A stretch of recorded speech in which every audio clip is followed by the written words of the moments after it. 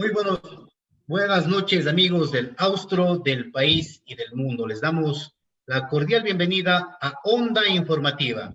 Gracias por estar siempre con nosotros. Hoy tenemos como invitado especial al doctor Patricio González. Él es médico patólogo clínico, perdón. Es especialista en diagnóstico de enfermedades. Y con él vamos a conversar varios temas, pero sobre todo temas relacionados a su profesión, a lo que son el diagnóstico de enfermedades. Conocemos, doctor, en este sentido que se hizo una evaluación al personal de supermercados La Bodega. Coméntenos cómo fue la metodología que se utilizó respecto a las pruebas de diagnóstico que se realizaron, cómo se han dado estos casos y cómo están los avances con los pacientes. Muy buenas noches, sea usted bienvenido. Buenas noches, mi estimado Adrián, a toda la audiencia de su prestigioso medio de comunicación. Le agradezco mucho la oportunidad.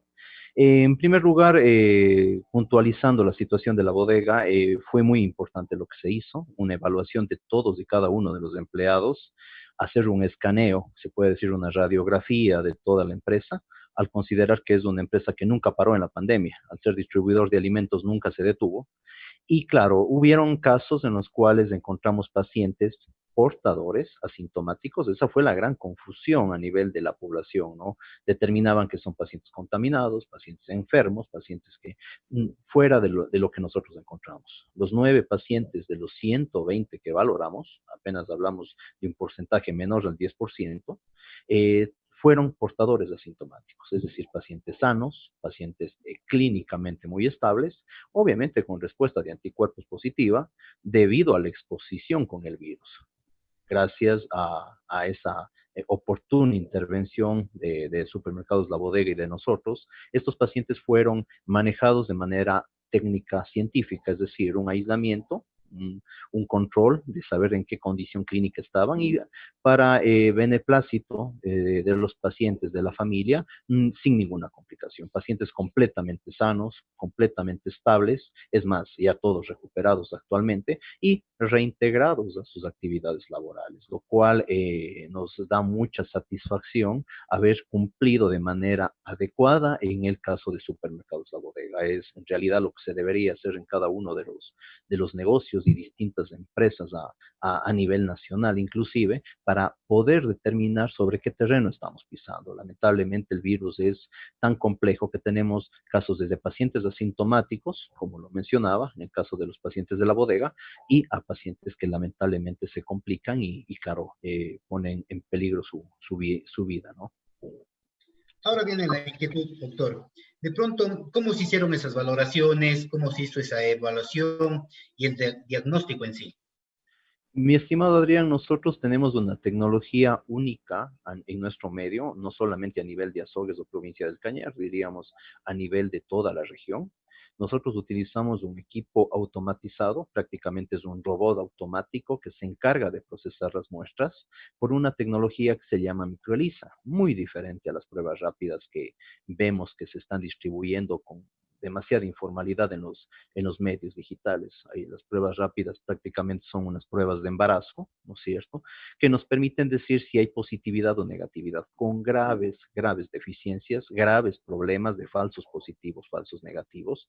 El porcentaje de concordancia es bajísimo. Nosotros pudimos probar algunas de estas pruebas de distintos casos comerciales y en realidad los resultados concluyen en que no son efectivas. Nosotros al utilizar nuestra tecnología no solamente medimos el anticuerpo, nosotros cuantificamos el anticuerpo, sabemos en qué estadio clínico está el paciente, es decir, si nunca tuvo la enfermedad, si ya la tuvo, si está cursándola, si ya está en recuperación, si ya tiene anticuerpos de defensa. Entonces, nosotros tenemos esa potestad con la tecnología y la medición no solo de 2 anticuerpos, sino de 3 anticuerpos. Eso nos permite cubrir de mayor manera la sensibilidad de la prueba y claro, nuestros resultados son mucho más eficientes, mucho más concordantes, inclusive con la parte clínica. Doctor, de pronto nos dicen que la prueba PCR es la más eficaz. Ustedes en este sentido, ¿qué tipo de pruebas realizan? ¿Realizan pruebas de sangre? ¿Cómo determinar si un paciente está con COVID o es asintomático, está ya llegando a la fase de gravedad. En sí, en ese sentido, quisiera que nos vayamos encaminando en respecto a mi pregunta. Es una excelente pregunta, mi estimado Adrián. La cuestión es que no existe la prueba perfecta, no existe la prueba única que nos da la solución en cualquier escenario clínico. La prueba de PCR, si bien es cierto, es una prueba con un alto desempeño, una alta complejidad, en el cual buscamos, si se puede decir el término, pedacitos del virus, en este caso del coronavirus, pero lamentablemente no puede ser utilizado en todas las condiciones. Es decir, estuvieron bien encaminadas cuando tuvimos los primeros casos, cuando la gente llegaba por los aeropuertos internacionales, y yo valoro mediante PCR la enfermedad actual, la contaminación actual. Pero recuerden que nosotros ya estamos en fase comunitaria, en fase ya de completa distribución masiva del virus. Entonces, al tener yo la prueba de PCR, voy a tener graves deficiencias porque no me va a poder medir la cantidad de virus, porque muchos pacientes por ahí ya se expusieron y no tuvieron mayores síntomas, y por ende la carga viral va a ser baja. Entonces voy a tener un falso negativo porque el paciente en este caso ya se expuso, pero no me va a dar un resultado positivo. ¿Qué es lo que sucede también con la carga viral? Hay una alta probabilidad también de falsos positivos, en el sentido de que se pueden contaminar las muestras. Si no tengo una tecnología bien montada y tengo que procesar 10, 15, 20 pacientes al unísono, se vuelve muy complicado. O sea, la extracción del ADN o del ARN, en este caso, que es del coronavirus, no es sencilla. Nosotros lo hemos hecho en los laboratorios, en este caso en el laboratorio del IES de Cuenca, se manejan este tipo de pruebas, pero tienen que ser utilizadas para pacientes sintomáticos, es decir, pacientes que están con enfermedad, que están con dificultad respiratoria, con fiebre, llegan a la emergencia, van a ser hospitalizados, llegan a terapia intensiva y yo monitoreo con carga viral. Pero al paciente de a pie, al paciente que está tranquilo, que está en sus actividades laborales, prácticamente no me va a dar mayores beneficios la carga viral. Lo que tengo que hacer en este caso es medición de anticuerpos, pero no mediante pruebas rápidas, sino métodos mucho más eficientes como microELISA, quimioluminiscencia, es decir, en equipos automáticos, en equipos robóticos que garanticen la precisión diagnóstica.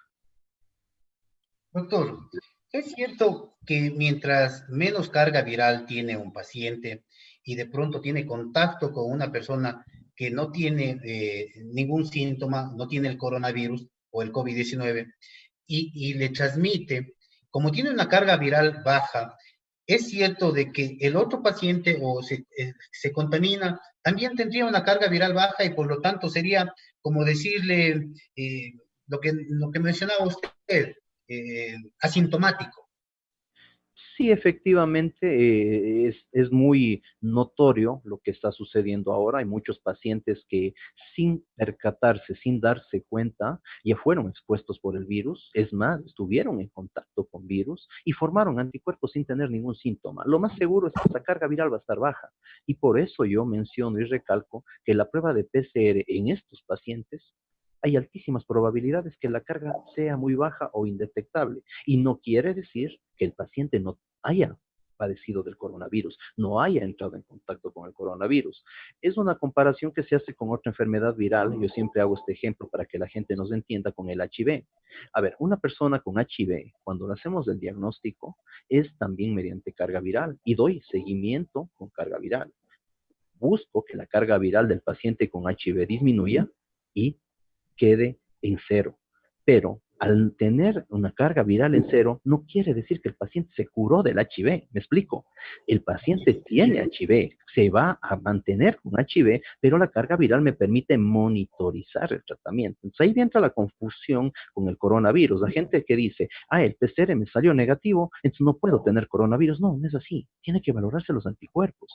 Los anticuerpos me van a decir el estadio desde las últimas semanas, en qué condición está mi organismo. Es decir, pacientes completamente sanos no tienen carga viral, tienen cero de carga viral, pero con anticuerpos de respuesta favorable, es decir, que les concede resistencia a la enfermedad, como son los anticuerpos IgG. Doctor, ¿qué tipos de pruebas están manejando ustedes? Nosotros, como le mencionábamos, mi estimado Adrián, son las pruebas por ELISA o microELISA, son pruebas inmunológicas que vamos a buscar anticuerpos en sangre. Este tipo de pruebas me permite valorar el transcurso de la enfermedad en varias semanas del paciente, es decir, en qué estadio, si es que estuvo en contacto con el virus, nos encontramos, en qué característica clínica tiene en este caso el colaborador, el empleado, el funcionario, para tomar decisiones. Es decir, la carga viral me permite observar verticalmente en este instante si estoy con la enfermedad, ¿no? Lo que los anticuerpos me permiten ver de manera horizontal durante varias semanas qué es lo que ha sucedido con mi organismo, si hubo exposición, si hubo resistencia, si estoy cursando con la enfermedad o probablemente nunca la tuve, nunca tuve contacto. Entonces, el uso de las pruebas se vuelven válidas cuando uno las ocupa en situaciones necesarias, es decir, la complementariedad de las pruebas, sumar PCR, sumar anticuerpos bien realizados, sumar por ahí placas radiográficas en pacientes que se nos complican con tomografía y todo lo demás, eso nos va a sumar la garantía diagnóstica. No existe la prueba perfecta, vuelvo y repito, en el caso de los anticuerpos tenemos que ser muy prolijos y deben ser interpretados por un médico. Lamentablemente, si es que alguien de la comunidad quiere interpretar, se va a terminar confundiendo. Siempre se requiere la asesoría médica para poder, en el contexto clínico sintomático, junto con las pruebas, dar una conclusión.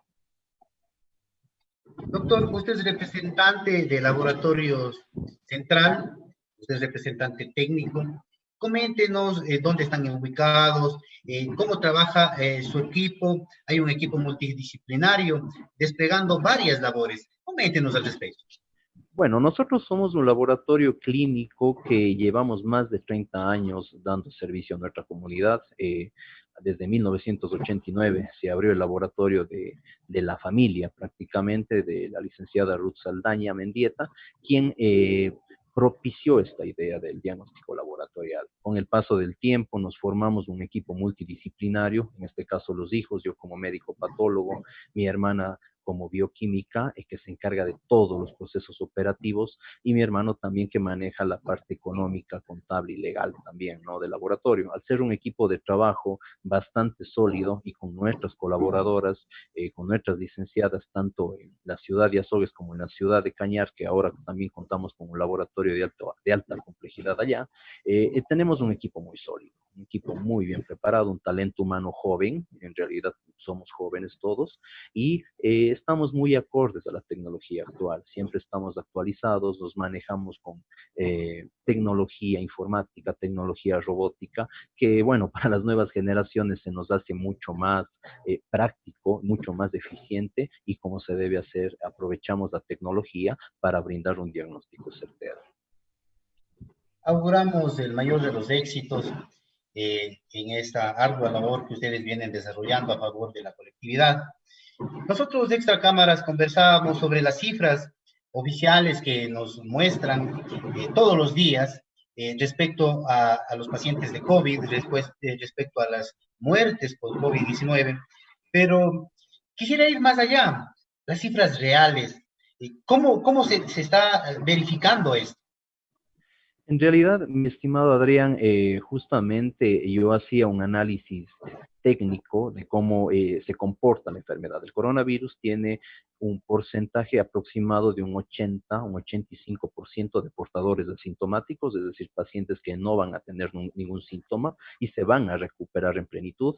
Se habla de un 10% que se van a complicar y van a tener que entrar a terapia intensiva, y se habla de un 5, un 4% que va a ser el porcentaje de mortalidad. Eso no lo digo yo, lo dicen todos los estudios clínicos realizados a nivel mundial, y prácticamente ese porcentaje se ha manejado. Ahora, si eso lo extrapolamos a la realidad ecuatoriana y tenemos alrededor de 35, 38 mil casos, según los últimos reportes, con un índice de fallecimiento 5.000 pacientes, 6.000 pacientes, nos estaría dando un índice de mortalidad por encima del 15%, lo cual se vuelve descabellado, se vuelve ilógico de acuerdo a las estadísticas, y por ende nos hace caer en cuenta con mucha facilidad de que las cifras no son las que en verdad están prevaleciendo en nuestra comunidad. Yo estoy seguro que para que se adapte este 5, este 4%, deberíamos estar como país por encima de los 100.000 casos. Lamentablemente no son reportados, todavía no son monitorizados porque no se ha provocado una masificación del diagnóstico por pruebas. En realidad lo ideal es masificar las pruebas, realizarlos a todas las personas, a todos los colaboradores en todas las empresas, y ahí sí tener un escaneo claro para tomar decisiones. Yo considero inclusive que actividades como si las han realizado algunas empresas locales que lo están haciendo, por poner un ejemplo, la misma bodega o algunas otras instituciones, es lo adecuado. Pero claro, ahí viene el problema de la desesperación y el costo-beneficio. Muchas empresas han buscado por razones de costo, por razones de facilidad financiera, irse a las pruebas rápidas, probablemente a las más económicas, a las más sencillas, pero lamentablemente yéndonos a la parte técnica médica, dejan muchísimos problemas. Nosotros todos los días tenemos pacientes preocupados, angustiados, con falsos positivos, pacientes complicados con falsos negativos, es decir, pacientes que están con problemas clínicos y las pruebas rápidas no lo detectan. Entonces, yo considero que si nosotros volvemos más formal y más cauteloso el manejo de estas pruebas, vamos a salir beneficiados toda la comunidad. Es prioritario, es importantísimo difundir esta información. En realidad yo lo estoy haciendo con mucho agrado, basándome en estudios clínicos y en evidencia científica, mi estimado Adrián. No es por parcializar, sino que es hacer las cosas de la manera adecuada. Doctor, sería importante que nos cuente de pronto, existen pacientes que han sido detectados con COVID-19 con una carga viral bastante baja, otros una carga mediana y muchos con una carga viral alta. Y hay que ir diferenciando entre estas cargas virales. De pronto, uno de estos pacientes, por ejemplo, el que está de carga viral alta, se recupera, el de carga mediana también sería, no entra a clínica, pero se mantiene estable. ¿Qué posibilidad entre estos tres grupos hay de que haya, por decir, que coja anticuerpos y que ya no vuelva a recaer? ¿Y qué posibilidad hay también que vuelva a recaer? Sí, en realidad al ser una enfermedad nueva es muy complejo el manejo y la interpretación, ¿no? El curso es tan variable entre paciente y paciente que a veces predecir la situación de un paciente no es garantía. Obviamente con la carga viral, con las pruebas, vamos a tener un escenario un poco más claro. Es decir, pacientes con carga viral alta probablemente se van a complicar y probablemente van a llegar a terapia intensiva. Ese es el gran problema, a utilizar un respirador. Obviamente, el paciente con carga viral menor va a formar anticuerpos, va a salir del ataque clínico que va a provocar, en este caso, el coronavirus. Y claro, la formación de anticuerpos se viene justamente en esa disputa, en esa lucha contra el virus. Al formar yo anticuerpos, en este caso anticuerpos IgG, me permite preparar a mi organismo para una probable reinfección, me hace mucho más efectivo el combate contra esta enfermedad al tener ya herramientas, armamentos, si cabe el término, para una probable reinfección. Es decir, el paciente que ya forma o llegó a formar anticuerpos IgG va a ser un paciente que va a tolerar mucho mejor el virus o quién sabe, ni siquiera va a tener que padecer ante la enfermedad. Ahora de pronto ya conocemos cómo ataca el virus, eh, qué tipo de reacciones tenemos ante este virus. Quisiera conocer usted como profesional en el campo patológico, de pronto, ¿hay algún tipo de medicamentos, hay algún tipo de alimentación que sería recomendar a quienes nos están viendo a través de nuestras redes sociales? Me parece perfecto, mi estimado Adrián. En realidad, la cuestión del tratamiento está tan compleja porque justamente es un virus nuevo, ¿no? En la parte de hospitalización, de terapia intensiva, se han probado desde medicamentos como antirretrovirales, medicamentos como antibióticos, se han probado biológicos que se ocupan actualmente para problemas de artritis o problemas autoinmunes, eso se está utilizando ahora, pero en realidad hay mucha medicación que hace más daño que beneficio. O sea, por ejemplo, esta bomba de la hidroxicloroquina que todo mundo comenzó a comprar, comenzó a consumir, y claro, se determinó después que provocaba daños cardíacos. La cuestión del paracetamol tampoco se lo puede abusar, el ibuprofeno no lo puede abusar. Usted si es que toma de manera exagerada por varios días, provoca una disminución enzimática a nivel del hígado y esa es nuestra defensa para elaborar justamente anticuerpos y todo lo que es el funcionamiento normal del organismo. Es decir, ¿cuál es la recomendación? Primero, no automedicarse. Primero, no tomar una medicación porque sale en las redes sociales o porque alguien puso una noticia que ni siquiera está probada, que no está evidenciada en ningún estudio clínico. Por ahí alguien hablaba de la citromicina y la citromicina se vendió como pan caliente. No, no es de esa la manera, mi estimado Adrián. Más bien, hay que recurrir a la parte lógica, cuidarnos, ¿no es cierto? Tener una buena calidad de vida, una buena alimentación proteínica, cuidar nuestra actividad diaria con un lavado de manos permanente, tener un cuidado con el distanciamiento, la misma actividad del cabello, especialmente para las mujeres. El cabello es una fuente de contagio porque se va a mantener ahí el virus, es decir, tiene que haber un aseo permanente después de las actividades laborales o si es que salgo a la calle. De igual manera el celular es una fuente de contagio sumamente alta y recordemos que nuestros niños, nuestros hijos se encargan de manipular estos aparatos y ahí viene el problema.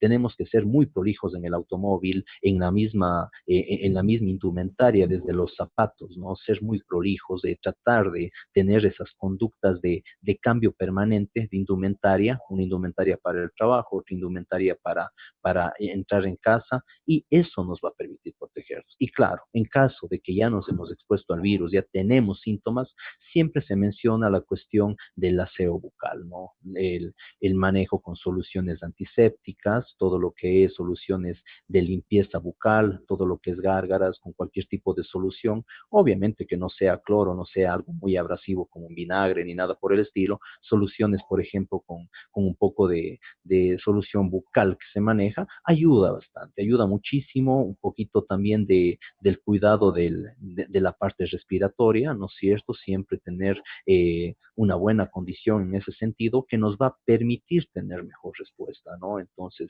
el mejor método de prevención en este caso para la enfermedad es la conducta adecuada y la verdadera disciplina. Eso va a provocar salud en nuestra sociedad, mi estimado Adrián. Y usted dijo algo muy importante, el aseo oral. Por ahí entran todo tipo de enfermedades, todo tipo de bacterias, virus, que nos causan mucho daño. Y está bien las recomendaciones que nos dice usted con gárgaros, con cualquier tipo de solución, excepto que sea cloro y algo más que nos anotaba usted.